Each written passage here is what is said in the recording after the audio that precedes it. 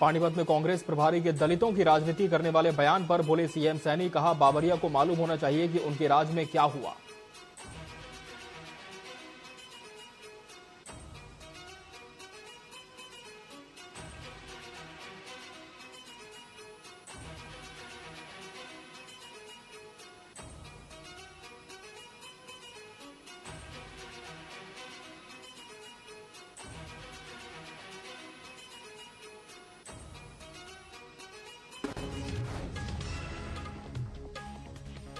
सिरसा में इनेलो के युवा नेता। कहा, इस गठबंधन के नहीं है कोई भी राजनीतिक मायने।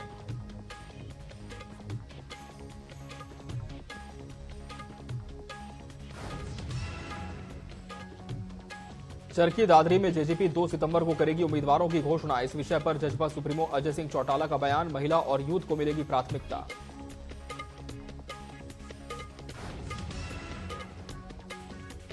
हरियाणा बीजेपी की पोस्ट को लेकर मचा हंगामा। मुख्य चुनाव अधिकारी ने बीजेपी प्रदेश अध्यक्ष को जारी किया नोटिस। आप पार्टी ने पोस्ट शेयर करते हुए बीजेपी पर लगाया आरोप।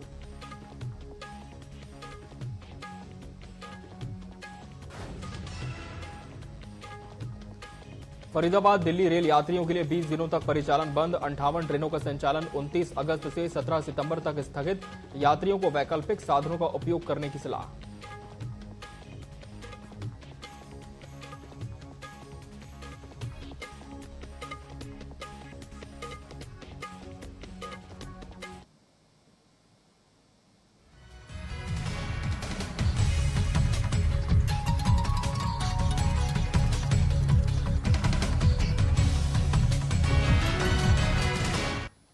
नमस्कार, बहुत स्वागत है आपका न्यूज अपडेट में। मैं हूं आपके साथ अमित शर्मा।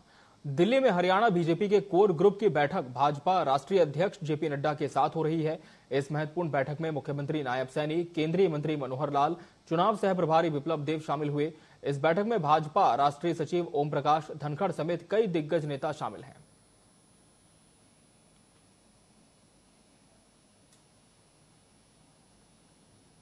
पानीपत के समालखा हलके में रोड शो करने पहुंचे सीएम नायब सैनी का जनता ने जमकर स्वागत किया। इस दौरान सीएम सैनी ने कहा कि प्रदेश के लोगों का बड़ा समर्थन मिल रहा है। मैं लोगों का धन्यवाद करता हूं। सीएम सैनी ने आगे कहा कि आज मैंने 3 रोड शोज किए। समालखा में मेरा तीसरा रोड शो है। उन्होंने कहा कि बीजेपी प्रदेश में बड़े बहुमत के साथ सरकार बनाएगी और लोग इस दिन का इंतजार कर रहे हैं। लोगों का जो आशीर्वाद, जो सहयोग मिल रहा है, हर रोज बढ़कर के उनका सहयोग मिल रहा है। मैं हरियाणा के लोगों का धन्यवाद करता हूं। आज मुझे पूर्ण विश्वास है क्योंकि मैंने 3 रोड शो किए हैं। हाँ जी, अंबाला से शुरुआत की है आज आपने। अंबाला, नारायणगढ़ और कैथल, पुंडरी, पानीपत, समालखा में ये 3 बड़े रोड शो, ऐतिहासिक रोड शो हुए हैं। लोगों का जो जुनून, जो जोश, जो प्यार, जो आशीर्वाद जो देखने को मिल रहा है, मैं इस विश्वास के साथ कह सकता हूं, भारतीय जनता पार्टी बहुत बड़े मैंडेट के साथ तीसरी बार सरकार बना रही है। कैथल जिले में नायब सैनी का आगमन होने वाला है, लेकिन दूसरी तरफ रणदीप सुरजेवाला ने भाजपा के किले में सेंधमारी कर दी। कैथल से वार्ड 3 से भाजपा समर्थित पार्षद सोनिया रानी ने अपने साथियों के साथ कांग्रेस का दामन थाम लिया। वहीं किसान भवन पर रणदीप सुरजेवाला ने कांग्रेस का पटका पहनाकर सदस्यता दिलाई।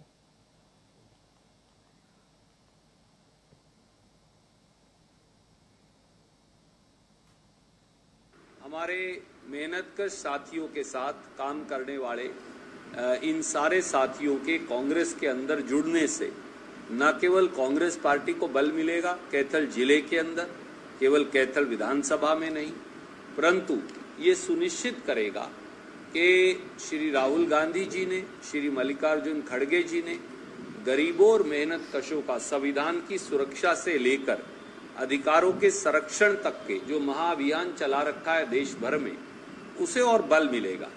क्योंकि जितने साथी जुड़ेंगे मेहनतकश समाज के, उस महाअभियान को बल मिलेगा। ये महाअभियान है संविधान की सुरक्षा, गरीब के अधिकारों का संरक्षण और उन्नति की तरफ समाज के वंचित और शोषित हिस्से के बढ़ते हुए कदम। इन सब को आज मेरे इन सब साथियों के ज्वाइन करने से बहुत बल मिलेगा। मैं इन सब का कांग्रेस पार्टी में स्वागत भी करता हूं कैथल के हर एक कार्यकर्ता की ओर से, और उसके साथ साथ ये उम्मीद भी करता हूं कि आप न केवल वार्ड नंबर 3 में परंतु पूरे कैथल शहर में जहां जहां दोस्ती, रिश्तेदारी, प्रेम, सद्भाव, सदाचार, व्यवहार है, उनके साथ भी आप कंधे से कंधे मिलाकर काम करेंगे।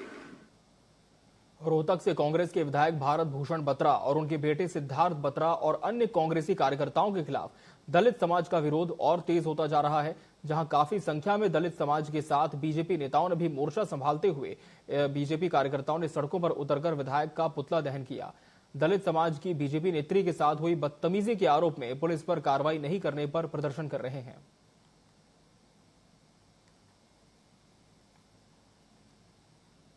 एक दलित बहन रानी किराड़ अकेले जब रेलवे रोड पर कांग्रेस के मित्र हिसाब मांग रहे हैं, तो क्या रोहतक की जनता कांग्रेस से हिसाब नहीं मांग सकती? क्यों नहीं मांग सकती? हिसाब मांग रही थी, जनता को बता रही थी कि बीबी बता जी आपने 10 साल में क्या किया, आपके समय में क्या था? क्या वही रेलवे रोड है जहाँ रानी किराड़ को आपने 100 गुंडे आपके बेटे ने घेर लिया? उसी रेलवे रोड पर आपका कांग्रेसी नेता होता था अशोक काका, आज बेचारा स्वर्गवास हो गया।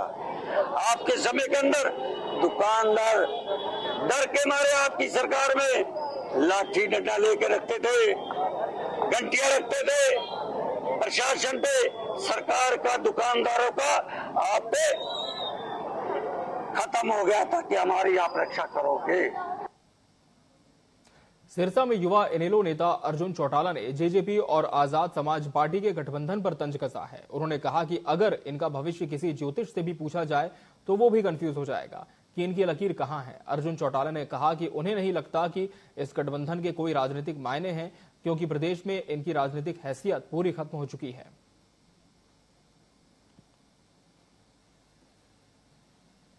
देश के अंदर जी हर विधानसभा के अंदर लोकल लेवल के कई मुद्दे बहुत अहम हैं, परंतु उनके अलावा आज प्रदेश के अंदर बड़े मुद्दे, सबसे बड़ा बेरोजगारी का है, बड़ा मुद्दा एमएसपी का है, बड़ा मुद्दा किसानों के होने वाले इंश्योरेंस का है, एक बड़ा मुद्दा कर्मचारियों के अंदर पक्की नौकरी का है, ओपीएस का है। ये बड़े मुद्दे हैं। इसके अलावा जैसे कि मैंने कहा हर विधानसभा क्षेत्र के अंदर कई अन्य और मुद्दे हैं जो उतने ही ज़रूरी हैं। आज हम सभी साथियों को लेकर के, उनके साथ मिलकर के इन सब पे काम कर रहे हैं। रेवाड़ी विधानसभा से आम आदमी पार्टी से उम्मीदवार के तौर पर शहर के एक व्यवसायी सुभाष अग्रवाल ने दावेदारी पेश की है।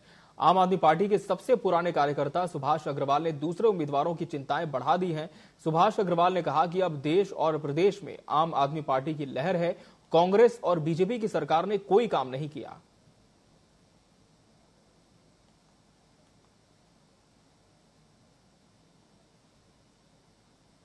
सुभाष अग्रवाल, रेवाड़ी भाई विधायक आम आदमी पार्टी, और आप लोगों के माध्यम से मैं ये कहना चाहता हूँ कि रेवाड़ी में अच्छी तैयारी है, आम आदमी पार्टी का अच्छा बोलबाला है, बीजेपी कांग्रेस का जनाधार बिल्कुल नहीं है, और सब जनता, सारी बिरादरी, सब लोग आम आदमी पार्टी में तन मन धन से लग रहे हैं। आम आदमी पार्टी अब की बार रेवाड़ी की सीट निकालेगी, और मैं यहाँ की जो भी समस्या है उनको भलीभांति से परिचित हूँ और यहाँ की सारी समस्या खत्म करूँगा। हरियाणा गुरुद्वारा सिख प्रबंधक कमेटी ने भूपेंद्र सिंह असंध को एक बार फिर प्रधान चुना है। लघु सचिवालय कॉन्फ्रेंस हॉल में आयोजित बैठक में 40 मेंबर्स ने सर्वसम्मति से भूपेंद्र सिंह के नाम पर मुहर लगाई। इस दौरान भूपेंद्र सिंह ने मीडिया से चर्चा करते हुए कहा कि प्रबंध संभालने के बाद हरियाणा के गुरुद्वारों में आमदनी बढ़ी है और कार्य सुचारू रूप से चल रहे हैं। इस मसले पर बलजीत सिंह दादूवाल ने भी पुष्टि की कि डीसी सुशील सारवान की देखरेख में चुनाव हुआ और भूपेंद्र सिंह को दोबारा प्रधान चुना गया।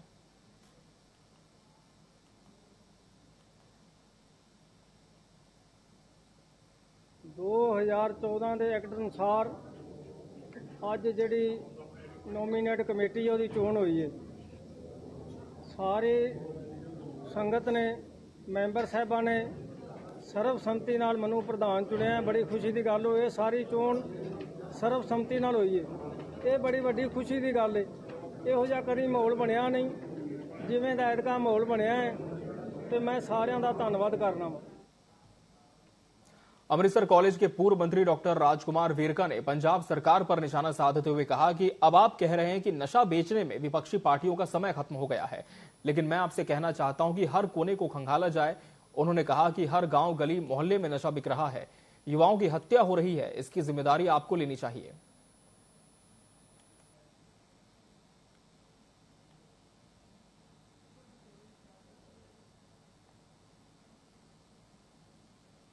ਭਗਵੰਤ ਮਾਨ ਜੀ, ਹੁਣ ਤੁਸੀਂ ਕਹਿ ਰਹੇ ਹੋ ਕਿ ਨਸ਼ੇ ਵੇਚਣ 'ਚ ਜਿਹੜੀਆਂ ਵਿਰੋਧੀ ਪਾਰਟੀਆਂ ਉਹਨਾਂ ਦੀ ਪੁਸਤਪਨਾਈ ਖਤਮ ਹੋ ਚੁੱਕੀ ਹੈ, ਲੇਕਿਨ ਮੈਂ ਤੁਹਾਡੇ ਕੋਲ ਪੁੱਛਣਾ ਚਾਹਨਾ ਕਿ ਹਰ ਚੌਂਕ ਚੌਰਾਹੇ 'ਚ, ਹਰ ਪਿੰਡ 'ਚ, ਹਰ ਗਲੀ ਮਹੱਲੇ ਦੇ ਵਿੱਚ ਇਹ ਨਸ਼ੇ ਵਿਕ ਰਹੇ ਹੈ, ਨੌਜਵਾਨ ਮਾਰੇ ਜਾ ਰਹੇ ਹੈ, ਪਿੰਡਾਂ 'ਚ ਸ਼ਹਿਰਾਂ 'ਚ ਵੈਨ ਪੈ ਰਹੇ ਹੈ, ਲੋਕ ਆਪਣੇ ਬੱਚਿਆਂ ਦੀਆਂ ਲਾਸ਼ਾਂ ਢੋ ਰਹੇ ਹੈ, ਔਰ ਤੁਸੀਂ ਕਹਿ ਰਹੇ ਹੋ कि हुण पुस्तपनाई विरोधियों की नहीं बल्कि सरकार की है। फिर सरकार नूं अपनी जिम्मेवारी लैनी चाहिए है ते भगवंत मान जी ये जिम्मेवारी लेंदे हुए तुहानूं अपने ओहदे तो इस्तीफा देना चाहिए। फरीदाबाद से दिल्ली गाजियाबाद आने जाने वाले रेल यात्रियों की परेशानी बढ़ने वाली है, क्योंकि पलवल से नई दिल्ली और गाजियाबाद तक चलने वाली 16 EMU 18 एक्सप्रेस समेत 58 से अधिक गाड़ियों का परिचालन 20 दिनों तक बंद रहेगा। दरअसल पलवल स्टेशन से dedicated freight corridor new Prithla station तक रेलवे लाइन को लिंक करने जा रहा है। ये काम 29 अगस्त से 17 सितंबर तक चलेगा, जिसके चलते ट्रेनें रद्द रहेंगी।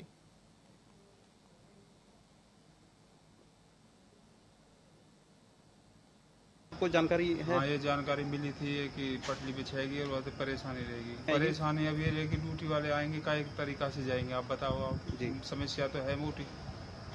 अब इतने सर्कुलर 2-3 भर के आम है, वो बातें भी परेशान रहेंगी, सवारी नहीं मिल पाएगी जी। अब देखो क्या समाधान करे जाए। बहुत ज़्यादा परेशानी होगी जी, और ट्रैफिक भी काफ़ी है, और ड्यूटियों में फिर मतलब लेट से पहुँचना पड़ेगा। ट्रेन जो ये बंद कर दी जाएंगी, इसकी वजह से काफ़ी परेशानी है। कुछ ट्रेनें जो लोकल ट्रेन है वो चलानी चाहिए, जिससे पब्लिक को परेशानी ना हो। पंचकुला में नशा तस्करों के खिलाफ एक बड़ी कार्रवाई की जा रही है, जहां इस कार्रवाई के तहत नशा तस्करी से कमाए गए पैसों से बनाए मकान और जमीन पर कब्जा कर लिया जाएगा। साथ ही अवैध मकान को ध्वस्त करने की कार्रवाई की जाएगी। आरोपी पर कुल 11 ड्रग तस्करी और एक्साइज एक्ट के मामले दर्ज हैं, और आरोपी ने गांव वसोला में भी अवैध रूप से मकान बनाया था, जिसके बाद उन पर सख्त कार्रवाई की जाएगी।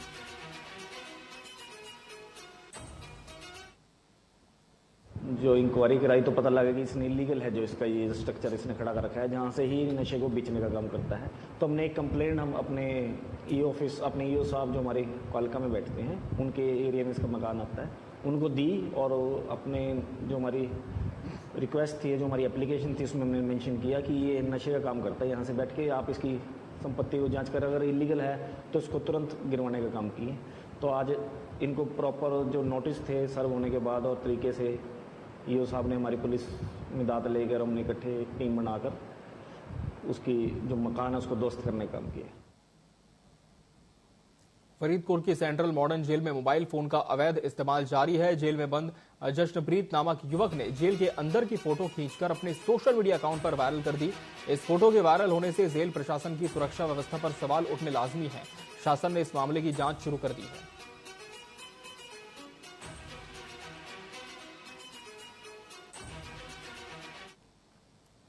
रोहतक को हरियाणा का दिल माना जाता है और ये एक प्रमुख औद्योगिक क्षेत्र के रूप में उभर रहा है। रोहतक विधानसभा सीट रोहतक संसदीय क्षेत्र के तहत आती है और ये एक अनारक्षित सीट है। 2000 के बाद से इस सीट पर कांग्रेस का कब्जा रहा, लेकिन 2014 के विधानसभा चुनाव में भाजपा ने इसे जीत लिया और वर्तमान में रोहतक सीट पर भाजपा के मनीष कुमार ग्रोवर विधायक हैं। ये सीट भाजपा के लिए महत्वपूर्ण है और इसके लिए पार्टी ने विशेष रणनीति बनाई है।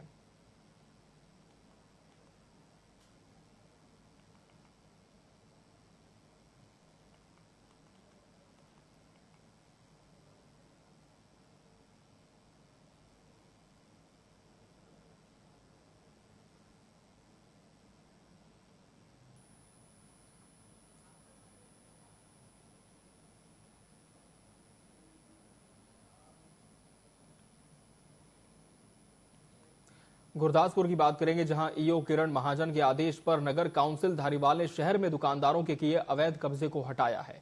इस मौके पर नगर काउंसिल के अधिकारियों के साथ पुलिस के जवान भी बड़ी संख्या में मौजूद रहे। इंस्पेक्टर सुच्चा सिंह ने बताया कि उन्हें नगर परिषद की ईओ मैडम के आदेश मिले थे और वो अपने नगर परिषद कर्मचारियों को साथ लेकर आए। पूरे शहर में अवैध रूप से अपनी दुकानों के बाहर कब्जा जमाए दुकानदारों को हटाया जा रहा है।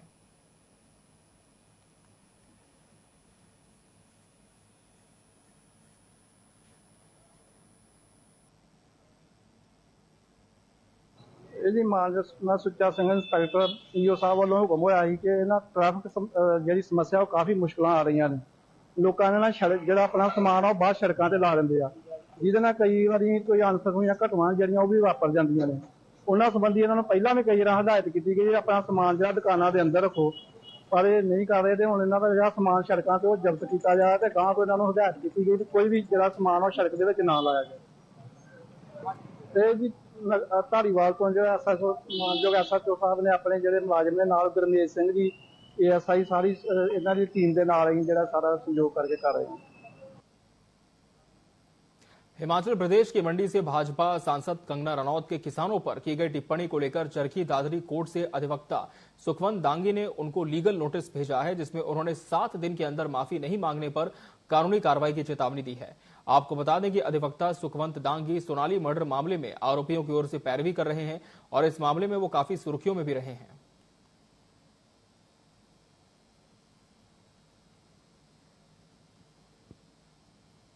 जो एमपी हैं बीजेपी की मंडी से कंगना रनावत, उसने बयान ये दिया कि किसान आंदोलन के दौरान बहुत ज्यादा रेप हुए थे और लोगों की लाशों को मार के टांग दिया गया, और भी उसने कई अनर्गल बातें की हैं जिससे पूरी किसान कम्युनिटी जो है वो डिफेम हुई है। उसके ऊपर उसने बहुत मैं हर्ट हुआ हूं उससे। एक और सबसे बड़ी विशेष बात उसने ये कही कि भाई बांग्लादेश में जो कुछ हुआ है ना, ये लोग तो इस प्रकार से करना चाहते थे और हमारे शीर्ष नेतृत्व ने उस चीज को संभाल लिया और बिलों को वापस ले लिया, नहीं तो बांग्लादेश की तरह ही ये लोग इस देश में करना चाहते थे। जो सबसे बड़ी डिफेमेटरी बात है, भाई किसान जो है वो खेतों में अपनी मेहनत से पेट पालता है, इस देश का भी पेट पालता है, उनके बच्चे बॉर्डर पर देश की सेवा करते हैं। ये देश इसीलिए है कि किसान हैं। उनके बारे में इस प्रकार की डेरोगेटिव लैंग्वेज यूज करना, क्योंकि मैं किसान के घर में पैदा हुआ हूं, मेरी शिक्षा, I have been brought up by a farmer family, मेरी शिक्षा दीक्षा सब कुछ किसान के घर से हुई है।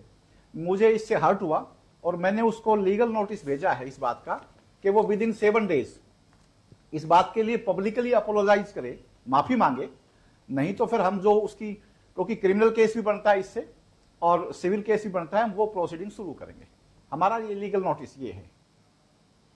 हरियाणा बीजेपी की एक पोस्ट को लेकर मुख्य चुनाव अधिकारी ने बीजेपी प्रदेश अध्यक्ष को नोटिस जारी किया है। आम आदमी पार्टी ने इस पोस्ट को शेयर करते हुए आरोप लगाया है कि बीजेपी चुनाव प्रचार के लिए बच्चों का इस्तेमाल कर रही है, जो चुनावी आचार संहिता का उल्लंघन है। मुख्य चुनाव अधिकारी ने प्रदेश बीजेपी अध्यक्ष से कल तक जवाब तलब किया और कहा कि इस मामले में आचार संहिता का पालन सुनिश्चित करने के लिए कार्रवाई की जाएगी।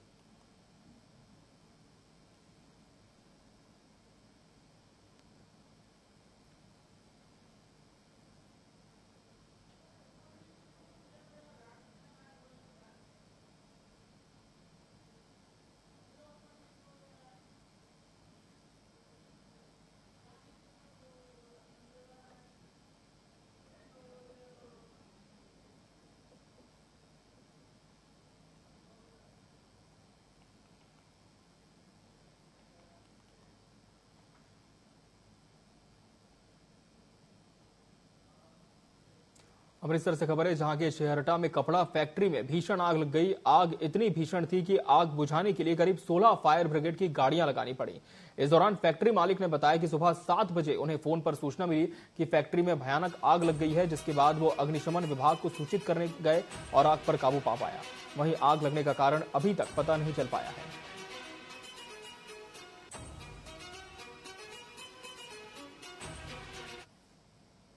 एस रामाकृष्णा कॉटन के नाम से साड़ी फैक्ट्री है, तो इंडस्ट्रियल स्टेट के भी साड़ी है। सर की कारण की रहा अग लगे? हाले तक नहीं पता लगा सानू कि कारण है। सवेरे 7 बजे सानू पता लगा वा, मैं खेलन जा रहा सी, मेरे बंदे ने मैंने टेलीफोन करके कहा है कि भाई अग लग गई है। तो वो फिर मैं फटाफट मैं कहा की गल कहते जी फायर ब्रिगेड वाले टेलीफोन कर दिया। ਸਾਨੂੰ ਤਲਾਹ ਆਈ ਕਿ ਇੱਥੇ ਜਿਹੜੀ ਰਾਮਾ ਕ੍ਰਿਸ਼ਨਾ ਕਾਟਨ ਮਿਲ ਆ ਯੂਨੀਵਰਸਿਟੀ ਲਾਗੇ ਇੱਥੇ ਅੱਗ ਲੱਗੀ ਤੇ ਫੌਰਨ ਸਾਡੀਆਂ ਗੱਡੀਆਂ ਜਿਹੜੀਆਂ ਤਕਰੀਬਨ 7-8 ਮਿੰਟ 'ਚ ਇੱਥੇ ਪਹੁੰਚ ਗਈਆਂ।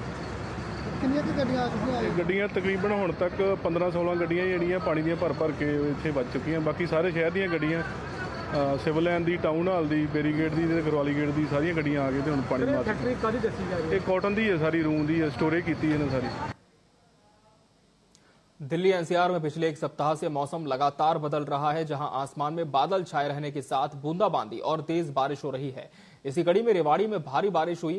बारिश के कारण लोगों को गर्मी से राहत मिली। बारिश के कारण शहर की सड़कें पानी पानी हो गई, जिससे लोगों को यातायात में समस्या होने लगी।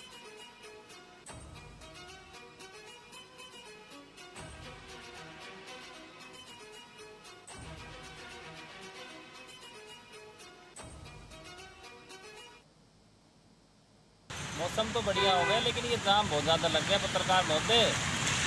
तो इसमें शासन और प्रशासन से तो गुजारिश है कि जाम की व्यवस्था करवाए और जो ये बाईपास निर्माण नहीं हो रहे इनका जल्दी से जल्दी निर्माण करवाया जाए, ताकि शहरवासियों को, रामजन को सुविधा मिल सके, उचित सड़क मार्ग मिल सके। और इस बुलेटिन में फिलहाल इतना ही। मुझे और मेरी पूरी टीम को दीजिए इजाजत। नमस्कार।